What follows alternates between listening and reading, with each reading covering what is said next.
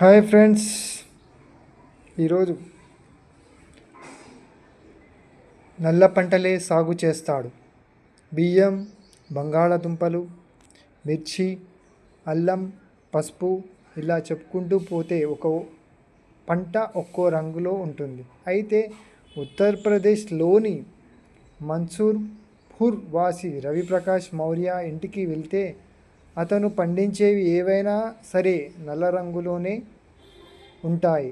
టమాటోలు, గోధుమలు, ఆలు, క్యారెట్, బియ్యం, మిర్చి, అల్లం, పసుపు తదితర పంటలన్నీ నలుపు వర్ణంలోనే పండుతాయి. అతని పొలంలో ఏమిటి రంగుల వైవిధ్యం అంటే అని అడిగితే తన కుటుంబంలోని విషాదగాథను చెప్పేస్తాడు.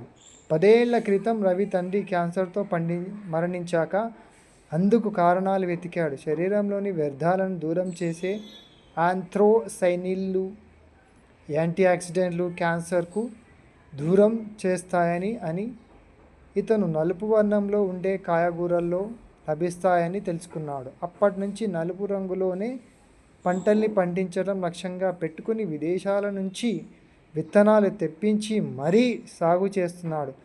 దాదాపు 10 రకాల నల్ల పంటల్ని పండిస్తూ వైవిధ్యంగా ఆలోచించిన రవి మన దేశంలోని 15 రాష్ట్రాల్లోని రైతులకు ఆ విత్తనాలను కూడా ఇతను సరఫరా చేస్తూ లాభాలు పొందుతున్నాడు. Bye friends, take care, have a good day, keep smiling.